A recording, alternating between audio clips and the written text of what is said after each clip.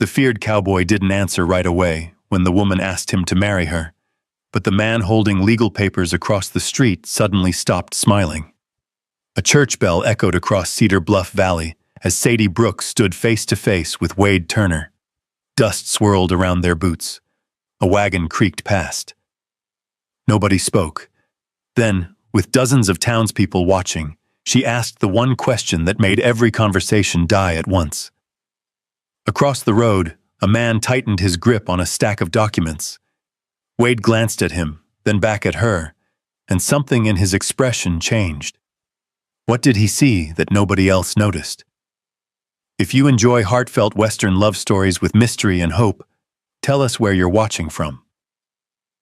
The church bell rang one last time over Cedar Bluff Valley. People drifted out through the wooden doors, pulling on gloves and hats against the cool autumn breeze. The first yellow leaves had begun falling from the cottonwoods near the creek. Winter was still weeks away, but everyone could feel it coming. Men gathered near the hitching rail talking about cattle prices. Women exchanged recipes and news from neighboring ranches. Children chased each other through the dust until their mothers called them back. Sadie Brooks stood alone beside the church steps. She wore a simple brown dress she had sewn herself. A worn shawl rested across her shoulders. In one hand, she held a folded piece of paper. Her fingers had pressed it so tightly that the edges had begun to crease. Across the road stood the small land office, and beside it stood Vernon Pike. Even from a distance, Sadie recognized the papers tucked beneath his arm. Her stomach tightened. 3 days. That was all she had left before he made his move. A wagon rolled past, rattling over the uneven road. Dust drifted through the sunlight. Then Sadie started walking, not toward the boarding house where she rented a room, not toward the general store, toward Wade Turner. Conversations slowed. A few heads turned. Wade stood near the church gate, speaking with Sheriff Ben Harper. He was taller than most men in the valley, broad-shouldered beneath a weathered black coat. His hat cast a shadow across his face. People respected him. Some feared him. Most left him alone. Sadie stopped directly in front of him. Sheriff Harper looked between them and stepped back. For a moment, neither spoke. The valley seemed unusually quiet. Only the distant sound of horses shifting near the hitching rail remained. Wade studied her. His expression did not change. Sadie swallowed once. Then she lifted her chin. "Mr. Turner," she said. Several nearby conversations stopped completely. "I need you to marry me before sunset." The churchyard froze. A woman carrying a pie tin nearly dropped it. Someone coughed. A horse snorted near the fence. Nobody moved. Nobody spoke. Sadie could feel every eye in Cedar Bluff Valley fixed on her. Heat crept into her cheeks. Still, she didn't look away. Wade's gaze remained steady. He did not laugh. He did not ask if she was joking. He simply looked at her as though weighing something only he could see. Then movement across the road caught his attention. Vernon Pike. The land speculator had stepped away from the office porch. The legal papers were still in his hand. Sadie noticed him, and Wade noticed her noticing him. Something passed through his eyes. Not understanding. Recognition. Like he suddenly realized this had nothing to do with romance, and everything to do with survival. The wind lifted a strand of Sadie's hair across her face. She didn't brush it away. The silence stretched, long enough for the entire town to hold its breath. Finally, Wade spoke. "If you're asking me," he said quietly, "then you've already decided." Sadie blinked. She had prepared arguments, explanations, desperate reasons. None of them were needed. Wade nodded once. "Sunset works for me." A gasp moved through the crowd. The sound spread like a ripple across water. Sadie stood perfectly still. For the first time in weeks, her knees felt weak. Not because she was afraid, because someone had said yes. Across the street, Vernon Pike's smile disappeared. His jaw tightened. Wade saw that too. Without another word, he offered Sadie his arm. Not possessive, not romantic, simply certain. The kind of gesture that ended questions before they began. Slowly, Sadie placed her hand on his sleeve. The churchyard erupted into whispers, but neither of them listened. As they walked toward the church doors together, Vernon Pike remained standing alone across the road, watching. And for the first time, Sadie wondered whether agreeing to marry Wade Turner might save her land, or bring a different kind of trouble straight to Iron Creek Ranch. The autumn wind swept through Cedar Bluff Valley, and somewhere beyond the red cliffs, a storm was beginning to build. The wedding itself took less than 10 minutes. Pastor Collins stood beneath the church porch lamp as daylight faded into evening. A handful of witnesses remained. Most stayed because they were curious. Others stayed because they could hardly believe what they had seen. Wade Turner answered every question in a calm voice. Sadie Brooks answered hers just as quietly. No flowers, no celebration, no music.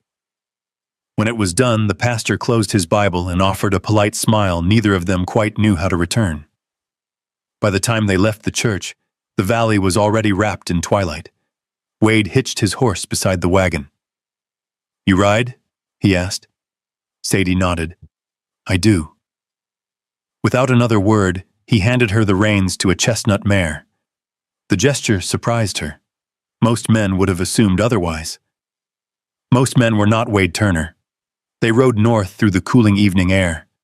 The road wound between cottonwood trees and low stone ridges glowing orange beneath the last light of day. Neither spoke much. The silence wasn't uncomfortable. It simply existed, like the open land around them. Iron Creek Ranch appeared an hour later. Lanterns glowed from the bunkhouse windows. Smoke drifted from the cookhouse chimney. A few horses lifted their heads as the riders approached. Several ranch hands stopped what they were doing. One of them nearly dropped a bucket. "Well," somebody muttered, "I'll be damned." Wade dismounted first. "This is Sadie," he said. That was all. No explanation, no speech. Then he turned toward the main house. The others exchanged looks and followed. Inside, the ranch house was warm. A black stove ticked softly in the corner. A coffee pot sat on the back edge of the cook stove. A pair of muddy boots rested beside the door. Everything about the place felt practical. Nothing wasted. Nothing decorative. Wade carried her small suitcase upstairs. He stopped beside a room overlooking the east pasture. The bed was neatly made. A pitcher of water sat on a washstand. The curtains were simple but clean. "You'll have your own room," he said. Then he placed a small brass key in her palm. Door locks from both sides. Sadie stared at the key. For a moment she forgot what to say. "Thank you." Wade nodded once, then left. No lingering, no expectations, only respect. The door clicked softly behind him. Sadie sat on the edge of the bed and listened to the sounds of the ranch settling for the night. The distant whinny of horses. A screen door closing downstairs. Men laughing somewhere outside. For the first time in weeks, nobody was trying to pressure her into signing anything. Nobody was threatening her future. Yet sleep did not come easily. The next morning arrived cold and clear. The smell of coffee drifted through the house before sunrise. Sadie came downstairs to find several ranch hands already eating breakfast. One of them glanced up. Another stared openly. Caleb Turner sat near the window. Younger than Wade by nearly 10 years, he shared the family resemblance but little of the quiet patience. His eyes followed her to the table. "You planning to stay long?" he asked. The room grew still. Sadie poured coffee into a chipped white mug. "I suppose that depends." "On what?" She took a sip. "Whether anybody gives me a reason not to." A few men hid smiles behind their cups. Caleb returned to his eggs. The conversation ended there. Days passed. Then a week, Sadie began noticing things. The feed ledger in the tack room didn't match the amount of grain actually being delivered. 3 invoices from the general store had been recorded twice. 1 supplier had been overpaid. Nobody had caught it. Until she did, she spent an evening at the dining table with a pencil stub and a stack of receipts. When Wade came inside after dark, she slid the corrected figures across the table. He studied them, then looked at her. "You checked all this?" "Yes." "You didn't have to." "No," she said, "but somebody should have." The corner of his mouth moved slightly. Not quite a smile, but close. A few days later, she noticed a mare standing alone near the east fence. The animal barely touched her feed. Others assumed it was stubbornness. Sadie knelt beside the horse and watched for nearly 10 minutes. The next morning, she asked Wade to bring the veterinarian from town. The mare was treated before the illness became serious. Word spread quickly through the ranch. Men who had barely spoken to her before now tipped their hats when passing. Even Caleb seemed less eager to challenge everything she did. Meanwhile, Cedar Bluff Valley continued talking. Inside the general store, outside the church, at every supper table, people whispered that Sadie had trapped Wade into marriage. Others claimed she only wanted his ranch. Martha Reed heard most of it first. When Sadie stopped by the boarding house to collect the last of her belongings, Martha handed her a small cloth bundle, fresh biscuits, apple preserves, and a folded note. "Pay no attention to people with too much free time," Martha said. Sadie smiled. "I'll try." But the rumors still found their way back. They always did. One evening near the end of October, Wade returned late from checking fence lines along the creek. The moon hung low over the valley. Most of the ranch was asleep. As he crossed the barnyard, something moved inside the equipment shed. A shadow. Quick. Deliberate. Wade stepped forward. The figure bolted through the rear door and disappeared into the darkness beyond the corrals. By the time he reached the fence line, whoever it was had vanished. The only thing left behind was a torn scrap of paper lying near a feed barrel. Wade picked it up. Moonlight caught the ink. His eyes narrowed. It wasn't a receipt. It wasn't a bill. It was part of a legal document. And across the top edge, barely visible beneath the tear, was a familiar name. Sadie Brooks. Wade folded the paper and slipped it into his coat pocket. Then he looked toward the dark silhouette of the ranch house, toward the window where a faint light still burned in Sadie's room. The storm beyond the red cliffs was getting closer, and for the first time since the wedding, Wade began to wonder just how far Vernon Pike was willing to go. 3 days later, the answer arrived in the form of an official notice nailed to the post outside the land office. A public hearing had been scheduled. Vernon Pike was challenging Sadie Brooks's ownership of the creek property. By noon, half the valley had heard the news. By sunset, everyone had an opinion. The hearing took place inside the church hall on a gray morning with low clouds hanging over Cedar Bluff Valley. Ranchers filled the benches. Farmers stood along the walls. Sheriff Ben Harper remained near the back with his arms folded. Vernon arrived carrying a leather case full of documents. Sadie arrived carrying nothing. That alone made people nervous. When Vernon stood, he presented maps, surveys, and ownership records bearing official stamps. His voice carried easily through the room. According to his papers, the creek land belonged to his company. According to his papers, Sadie had no legal claim at all. Several people nodded. The documents looked convincing. When it was Sadie's turn, she remained seated for a moment. Then she stood. "I'd rather show you." The room grew quiet. An hour later, nearly the entire hearing had moved to the property itself. The land stretched along a narrow creek bordered by cottonwoods, whose leaves had turned gold. Water moved slowly over smooth stones. Beyond it rose the red cliffs that gave the valley its name. Vernon looked annoyed. Wade looked curious. Sadie dismounted first. Without rushing, she walked toward an old cedar fence post leaning near the water. Most people would have missed the markings. She didn't. Her fingers brushed across numbers carved years earlier. "Livestock records," she said. A few ranchers stepped closer. The carvings matched dates from long before Vernon claimed ownership. Then she led them farther downstream. She pointed out survey markers hidden beneath grass and brush, old boundary stakes, pieces of iron driven deep into the ground decades ago. Evidence that had never appeared on Vernon's maps. The crowd began murmuring. Finally, she stopped beside a shallow ditch nearly swallowed by weeds. It carried water from the creek. Nobody said anything. She knelt and brushed dirt away with her hand. The outline became visible. An irrigation channel. Old. Forgotten. Real. Wade watched silently.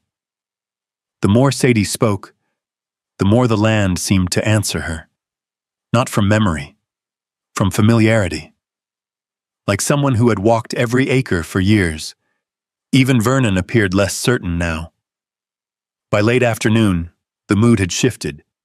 People who arrived expecting Sadie to fail were no longer looking at her the same way. As the crowd dispersed, Wade remained behind.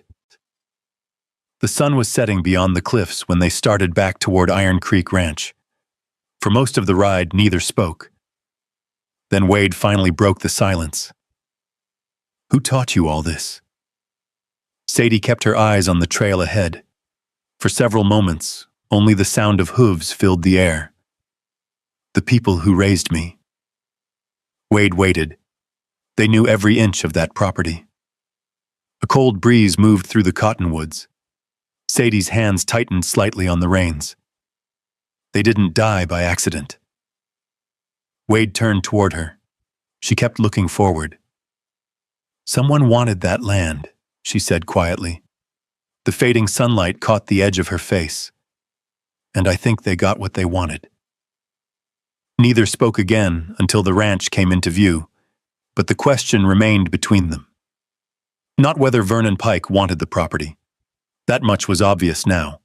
The question was how long he had wanted it, and what he might have already done to get it. Far above the valley, thunder rolled beyond the red cliffs. This time, everyone could hear the storm coming. The weather changed quickly after the hearing. Cold winds swept down from the mountains. Ranchers hurried to stack firewood and repair fences before winter settled into Cedar Bluff Valley. But the weather was not the only thing changing. People who had quietly supported Vernon Pike began avoiding him in public. Questions were spreading. Questions Vernon did not like. 2 days after the hearing, a witness who had promised to testify suddenly left town. No note. No explanation. Just an empty room above the general store and a bed that had not been slept in. 3 days later, a second witness failed to appear. Sheriff Ben Harper sat at his desk long after sunset, staring at a list of names. Nothing about it felt right. At Iron Creek Ranch, Wade noticed it too. The pressure was growing. One evening, Caleb rode in from town with a worried look on his face. He dropped his gloves onto the kitchen table. "Records are disappearing." Wade looked up from his coffee. "What records?" "Property records, survey notes, old filings." Sadie stopped writing in the account book. The room became quiet. Outside, wind rattled the porch screen. The next week brought more trouble. Just after midnight, shouting erupted from the bunkhouse yard. Wade was already pulling on his boots when he heard it. A lantern had been knocked over inside one of the storage buildings. Smoke curled into the night sky. Men rushed with buckets from the water trough. The fire was contained before it spread far. By sunrise, only a blackened corner of the structure remained damaged. Caleb sat on an overturned crate with soot on his shirt sleeve. He looked exhausted. Another few minutes and we'd have lost the whole building. Nobody said it aloud, but everyone was thinking the same thing. This was no accident. Sheriff Harper arrived before noon. He walked through the damaged building slowly. Then he stood staring toward the road leading back to town. His face remained unreadable. That evening, Sadie sat alone in her room. A lamp burned beside the bed. Her suitcase rested open on the blanket. A few dresses were folded inside. The brass room key lay beside them. She paused while packing. The ranch house felt unusually quiet. Below her, she could hear Wade moving around the kitchen. A chair scraped softly across the floor. A coffee cup touched wood. Simple sounds. The sounds of a place that had become familiar, that made leaving harder. A knock came at the door. Before she could answer, it opened. Wade stood there. His eyes moved from the suitcase to the folded clothes. For a long moment, he said nothing. Neither did she. The silence stretched. Finally, Sadie looked away. This keeps getting worse. Wade remained in the doorway. No. It does. People are getting dragged into something that belongs to me. Wade stepped inside. It belongs to Vernon. Sadie closed the suitcase. I'm not staying long enough to find out who gets hurt next. She reached for the handle. Wade reached it first. Not aggressively, not forcefully, simply faster.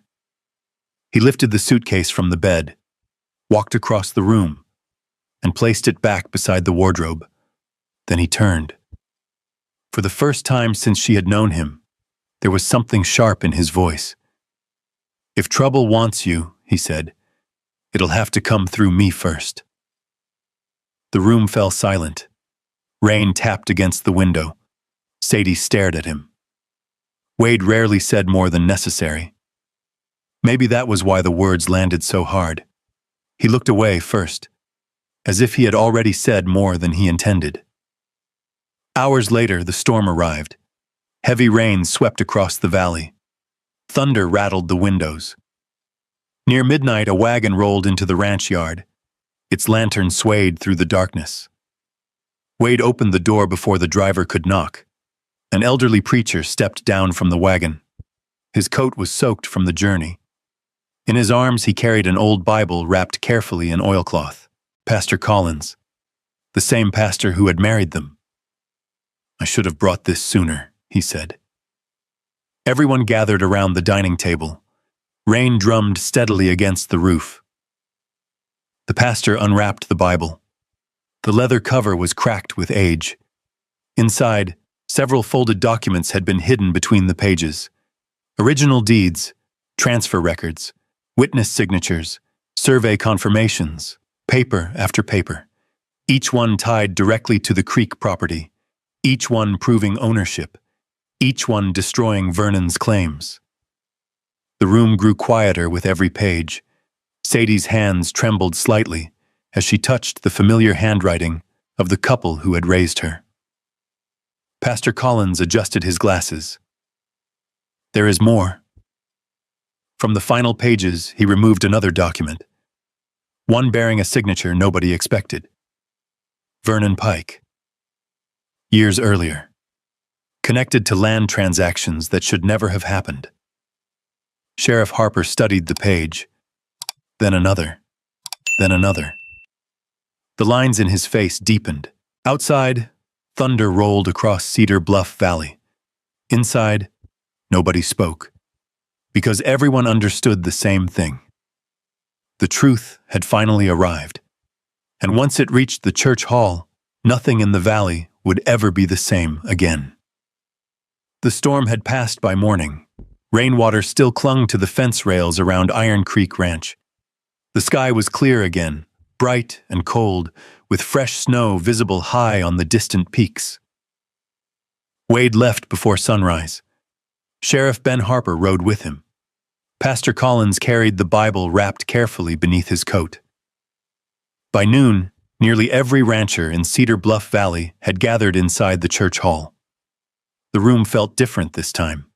No gossip, no laughter, only waiting. Vernon Pike sat near the front with his attorney. He looked confident at first. Then Pastor Collins placed the old Bible on the table. The confidence began to fade. One document followed another. Original deeds, witness signatures, transfer records, survey confirmations, paper after paper connecting the Creek property to the couple who had raised Sadie. Paper after paper proving the ownership had passed legally to her. The room remained silent. Then Sheriff Harper presented additional records. Several carried Vernon's signature. Others showed transactions that should never have happened. A rancher from the South Valley stood, then another, then a third. Each had a story.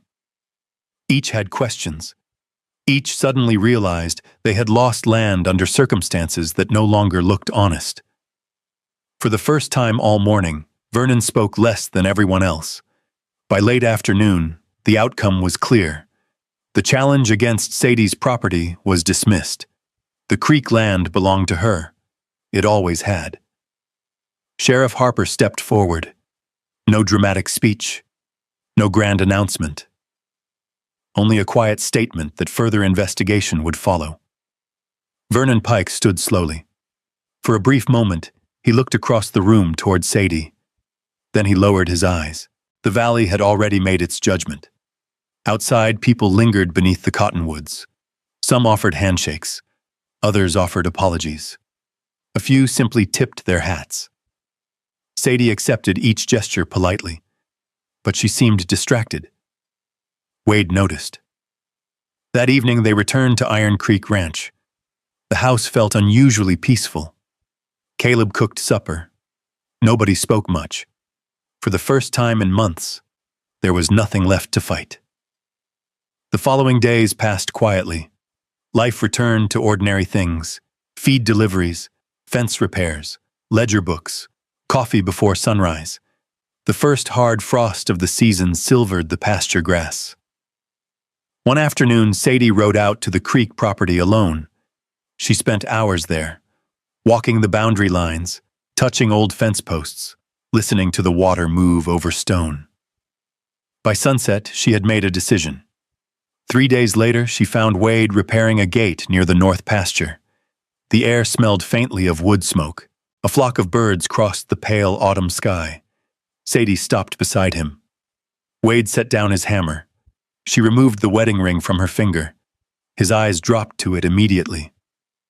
"The land is safe now," she said. He didn't answer. "The agreement is finished." The wind moved through the dry grass. "You are free." For several seconds, neither moved. Then Wade reached out. Sadie expected him to take the ring. Instead, he closed her hand around it.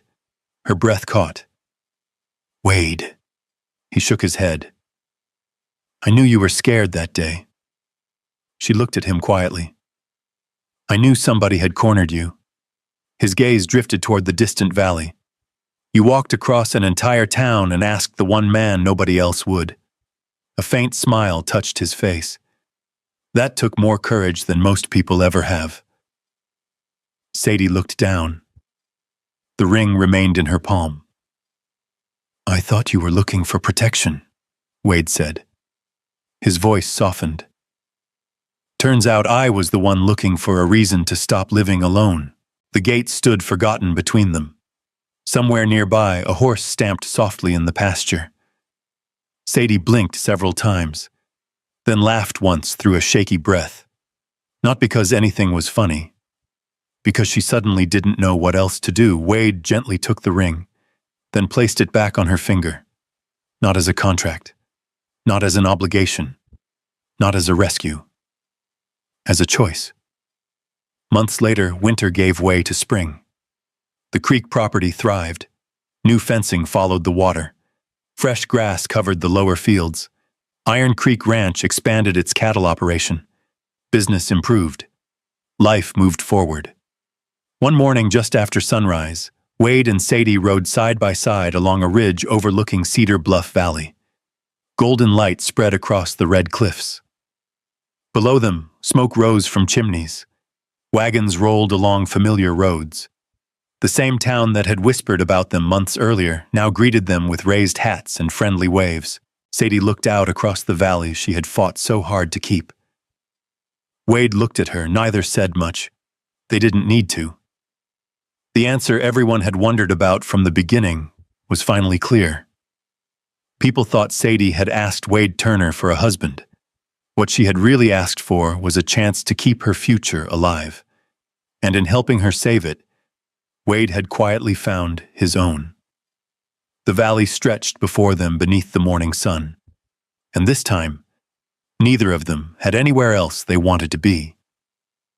Maybe that's the part of the story that stays with you, not the hearing, not the missing documents, not even the moment Sadie walked across a crowded churchyard and asked the most feared man in the valley to marry her.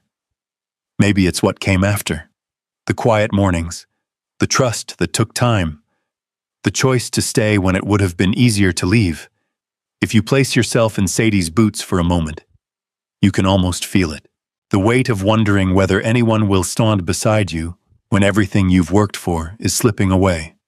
Or maybe you see yourself in Wade, carrying old losses so long that you've stopped expecting life to surprise you with something good.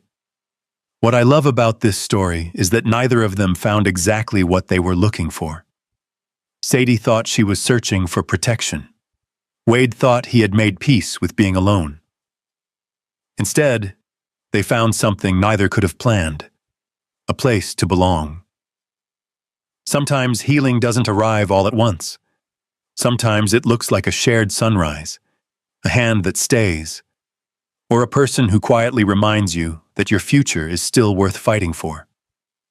I'd love to know your thoughts. If you had been standing in that churchyard on the day Sadie made her request, what would you have expected to happen? And if stories like this bring you a little comfort, a little hope, or simply a quiet place to rest for a while, I hope you'll join us again. There are many more heartfelt journeys, hidden truths, and unforgettable people waiting just beyond the next trail.